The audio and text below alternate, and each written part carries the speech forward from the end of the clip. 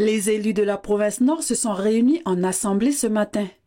Avec un budget annuel constant de 46 milliards, compte tenu des difficultés financières qui incombent au pays, la province Nord tente de rester dans sa ligne en réduisant ses investissements et en ajustant ses dépenses de fonctionnement. Parmi les réajustements réalisés, on retiendra notamment les efforts effectués dans la masse salariale, soit près de 200 millions. Cette somme va permettre de financer en grande partie les besoins de l'aide sociale. Donc il s'est agi de corriger quelques crédits par rapport à des opérations du contrat de développement.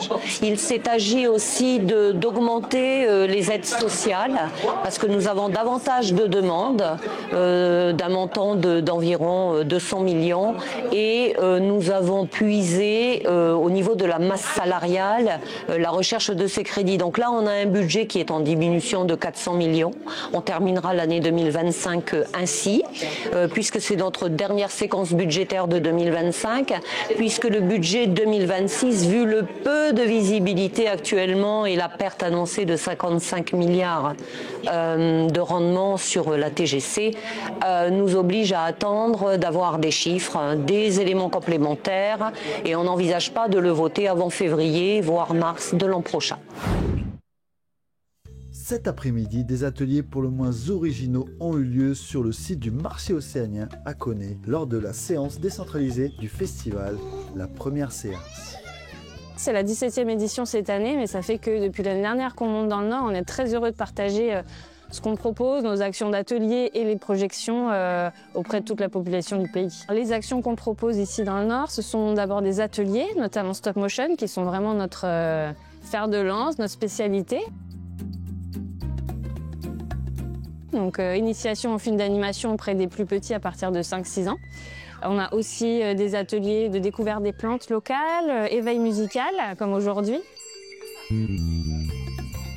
Et puis après, nous avons des projections pour les tout petits, des projections de courts-métrages animés à partir de 3 ou 4 ans et aussi des longs-métrages à partir des un peu plus âgés, 6, 8 ou 9 ans. Alors nous, notre objectif, c'est l'éducation à l'image. Donc montrer des films et apprendre à faire des films pour comprendre ce que c'est que ce médium-là, l'image. On a abreuvé de vidéos sans arrêt et nous, on veut montrer des films qu'on n'a pas forcément l'habitude de voir. On veut voyager avec ces films, montrer comment, à travers le monde, on raconte des histoires, comment on fait du cinéma. Et puis, ça aide à développer l'esprit critique, ça aide à développer l'esprit. Samedi, le festival La Première Séance se déplace dans la tribu de Goapa, à Poya, à partir de 14h, où d'autres projections et ateliers seront proposés pour le bonheur des plus petits.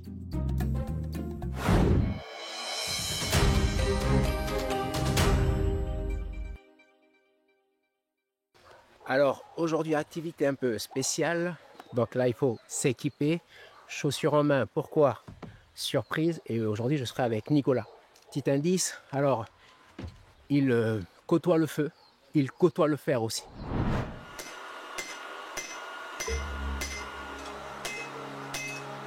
Alors Nicolas, tu m'as dit, il ne faut pas trop traîner. Ouais, ça va être intense.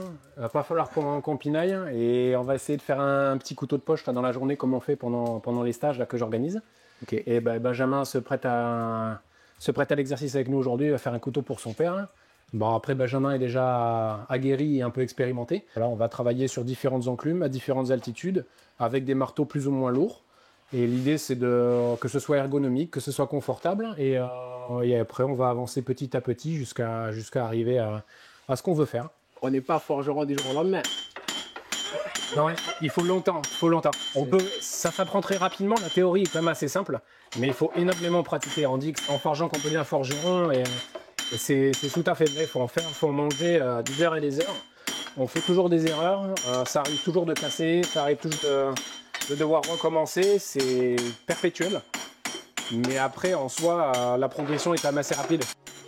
Le son du marteau sur l'enclume nous transporte dans le passé. Aujourd'hui, on touche à une tradition millénaire. Nicolas est descendant d'une lignée de forgerons. Cela fait plus de 22 ans qu'il chauffe le fer. Avant de commencer, il faut travailler l'acier pour sa mise en forme. Donc c'est un ressort de véhicule qui va être détordu. Et on va commencer à faire la mise en forme.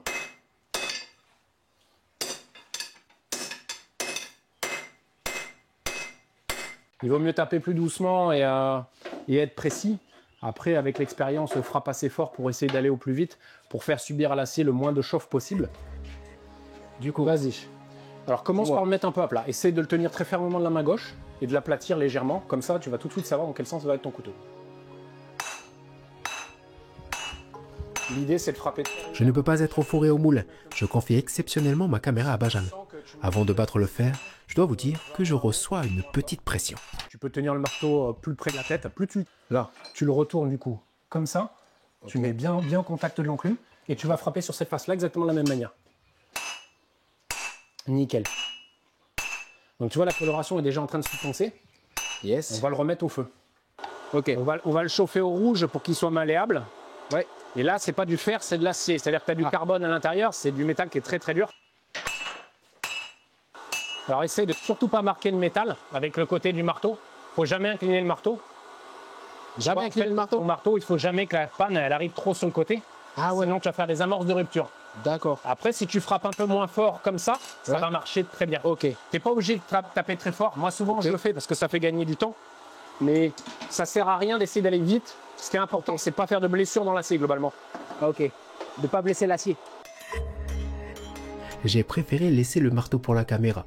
Avec le fer et le feu, Nicolas aime créer, une passion qu'il aime partager. Le fer à une température de 1800 degrés et près du four, le thermomètre avoisine les 45 degrés. Bien que les conditions soient difficiles, le sourire reste toujours présent. Bon, on va être prêt à descendre à l'atelier. Ah, il fait mieux ici. On va avoir un peu moins chaud et on va pouvoir se mettre le ventilateur. Protection oblige avant de voir la magie opérer. C'est au tour des meules d'animer la serre. Alors nous, on va commencer à travailler sur le backstand. C'est la ponceuse des couteliers de base. Donc c'est des grosses machines qui tournent très très vite, avec des grands abrasifs.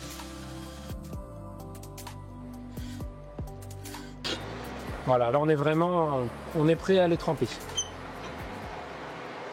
Wow. Je peux... Nickel. Donc là, la trempe, c'est vraiment une opération cruciale. Très brève, mais très angoissante. La trempe est le processus où la lame chauffée est plongée dans l'huile ou dans de l'eau. Un choc thermique va se produire et renforcer la lame. On va voir si on a bien réussi la trempe et si on a bien travaillé. On va taper très fort sur l'enclume pour voir comment ça sonne. Et si on l'a trempé trop fort, l'acier va casser. Donc c'est vraiment ces moments fatidiques.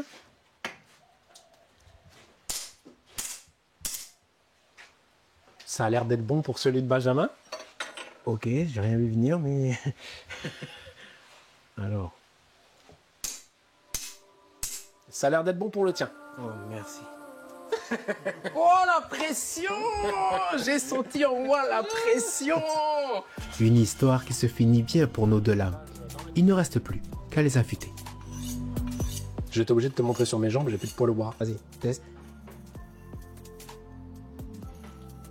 Le couteau, il coupe. Voilà, je crois qu'on n'aura pas d'autres exemples. Du coup, merci Nicolas, merci Benjamin. Bah écoute, ça va être grand plaisir. On est très content de t'avoir reçu aujourd'hui. On va passer un bon moment avec toi. Merci beaucoup. Voilà, et ben je vous dis à la prochaine aventure. Allez, Tada!